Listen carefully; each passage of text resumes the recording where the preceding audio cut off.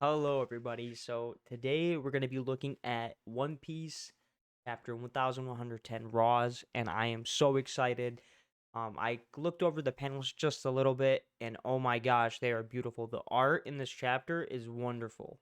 Like, it's honestly the best art we've had in a little bit, but I'll be honest, One Piece, like, as far as the manga goes, man, the art is always on point. Oda knows, he's cooking 24/7, man. All right, let's get into the panels here. Alrighty, so the cover page is Yamato and Momonosuke. Oh yeah, by the way, guys, I'm gonna try to match up the spoilers to the panels, because this is in Japanese, and unfortunately, I cannot read it. So my apologies there. I do want to learn Japanese so that when these come out, it's not just for this. I just love Japanese culture. But anyway, let's get into it. So we see black lightning, and it's shooting up into the sky. We see all the vice admirals, marines, just looking at it, and they're like, "What the hell is going on?" I think they notice an ominous presence, because if you recall, Saint Saturn, when he showed up on the island, everybody was like, "What is this presence?" They were all like kind of afraid of it. Not every person, but they could feel that evil aura. I feel, and that doesn't necessarily make an evil aura, but I think people could notice that that aura had malice. All right, let's go to the next panel. So we got, it looks like the giants, or some of the giants, shooting arrows, destroying marine ships. Here are the rest: Dory, Broggy, and two of the other ones, a part of the crew. Okay, here's Marie Joie, and it looks like it's empty with the magic circle, or magic summoning circle here, and it's just empty. I'm not gonna lie, this is a bit ridiculous. The fact that they can summon each other like this, I think that's a bit insane.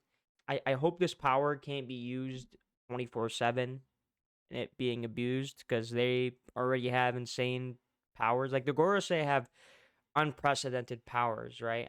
Like I said, I'm not sure if they're devil fruits. I don't think they're devil fruits, and I'll tell you why here in a second. All right, here's the magic circles here, and we see the Gorosei popping out of the circles with their, looks like, awakened zone look. Oh, we got Sanji carrying Vegapunk. Man, R.I.P. Vegapunk. Like, honestly, I'm kind of upset he died. I hope that somehow, someway they can revive him. I hope it's just his physical body that's dead. If not, it'd be pretty upsetting, because I really do like Vegapunk's character. I think he's a good dude. I think, yeah. Yeah.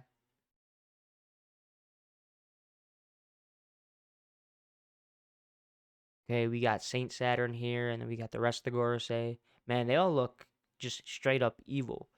So here with the nameplates, right? If you guys notice, whenever like a person with a devil, or just anybody gets introduced, right? Specifically though, devil fruit users, right? They'll have their name, they'll be introduced, but somewhere along the line, right, the devil fruit that they use will be known to us. But when Saint Saturn got here, which was 20 chapters ago, up until this point, we've not gotten the name of his devil fruit, right? And it just makes me think that they're not devil fruit users. Like, they may just be a devil fruit, or these guys are evil beings, like demons or yokai, which can be tied to a demon technically. Like, they're considered evil, right? So they might just be demons. I don't think they're devil fruit users, not even a little bit. It's very odd that we still have not gotten Saint Saturn's devil fruit, right? Uh, you know, Most characters that are important to the story, like, we get their devil fruits pretty quickly, but it's been almost, I think, 30 chapters, and we haven't gotten anything as far as Saint Saturn goes, at least as far as devil fruit goes. All right, let's move down here. Dude, look at these guys. These guys look terrifying. Like, dude, look at this. That's terrifying, bro. It's like, dude, it's like the top five demons joined up and they're about to wipe out Luffy. I'm not gonna lie.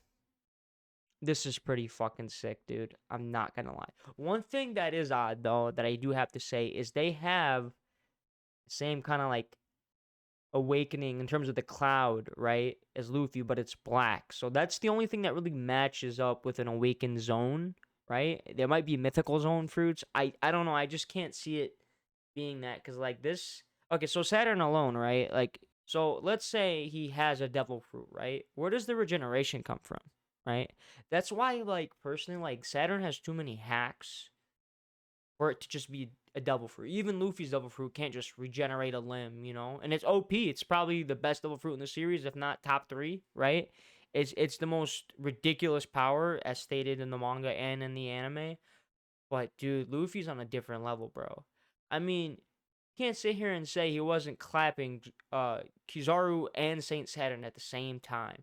Like, you know what I realized too? If Saint Saturn didn't have that regeneration, Kuma would have one-shotted him. He would have been done, right?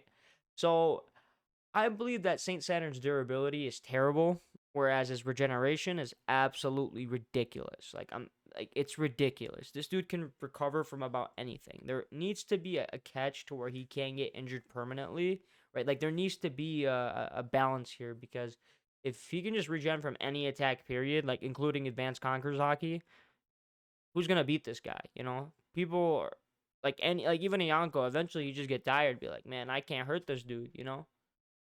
Anyway, let's move on.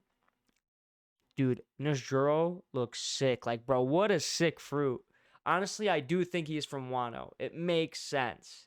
You know, he wears Japanese style clothing, and I believe Nejuro, I'm not sure. I think it's going to be his first name, right? Because I think that's how it works in Japan. I believe that's how it works, right? It's like last name, then first name. But I believe this dude's from Wano, and if he's not, I'd be very shocked. Moving down here. Oh, yeah. He also destroys the pacifistas, like half of them in like less than a minute, which is absolutely insane. This dude's swordsman skills have to be like top tier, like probably somewhere around Mihawk, Shanks, maybe Roger. If not, I'd say a tier below, which would be Zoro, right? Like Zoro's nowhere near a Yonko yet, obviously. You know, he's not there yet. But his swordsman skills are insane, right? Alrighty. Moving down here, we see Lucci knock out Zoro's sword from his hand. Then we move down here. Sanji makes fun of him. Zoro gets angry. Then Lucci uses his new move, which I forgot the name of it, unfortunately. Then we see him one-shot Lucci, which is absolutely ridiculous, right? And, you know, he's got 3 swords. He used Advanced Conqueror's. At least that's how it looks in the panel, right? So I just want to say something real quick. Zoro was definitely nerfed at the beginning of the fight. Definitely nerfed. And I mean, this proves it right here. Just this, right? But if you had Zoro with Luffy and Sanji down there, right? I think Vegapunk wouldn't have even gotten hurt from Saturn, let alone Kizaru. I think this was all plot, and that's because Oda wanted Vegapunk to die, unfortunately. I don't see Lucci being able, like, especially after this, I don't see Lucci being able to hold off Zoro or even beat him, come close to beating him. He was also only using 2 swords in armament hockey, no bandana. Now, I mean, he doesn't have one now, but you know when he puts on the bandana, he's got 3 swords, you know, he's using strongest attack, right? That's when he's serious, like against King, for example. And not just King, but every opponent that was tough for him, right? All right, let's move down here. We got Nostro again, taking out the pacifistas, freezing them all in about 30 seconds, I believe. Sanji tells the rest of the crew to leave without him and Luffy. I believe Zoro is going to step up and help out Luffy.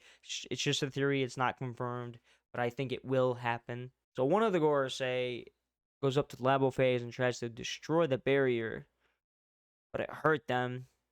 Honestly, the only person that did anything this chapter that was worth a shit was Nostro. I'm gonna keep it a ban, right? Not that the other Gorosei are weak or anything. It's just like I think 2 or 3 were focused on Luffy. Somebody's going for the barrier. The attack failed. Vegapunk, you're the best scientist, bro. If you can stop an attack from a top tier like that with just technology and science, you're insane. Straight up. We got Jupiter here. He goes underground. Luffy's just like, what? And then Usopp saves the Sunny, which is awesome. Jinbei, I believe, is heading over to Zoro. Or actually, I think he already head over there. And it looks like, yeah, Lucci did get one-shotted. I don't think he's going to get back up from this because this is like an actual sword rather than a fist. It's going to be harder to recover from an advanced Kakurazaki sword slash than a fist, you know. And it was just armament hockey against Luffy. But don't get me wrong, he still kicked Lucci's ass. Lucci stood no chance. All right, moving down here. Jupiter eats Luffy, chomps him. And then you got the two giants saying, "You don't belong in the dark." And they cut off his head. And that's the end of the chapter. So, real quick, guys. I don't know if you guys agree here or not. But if he survives this, like, I don't think he's going to die that easily. I think it's too good to be true, you know? But I think that if you can regenerate from this type of attack, if getting your head cut off is not enough to kill you, what the hell is going to damage these guys? If these guys all have the same regeneration power, Saturn, that alone's already, like, making them OP, you know? Like, if this does nothing to hinder Jupiter at least, it's going to be a problem for the future, right? I don't see him dying, unfortunately, not this early, right? I do kind of wish that one of the Gorosei would die on this island, just to kind of make a statement like, hey, world government, I'm coming for you.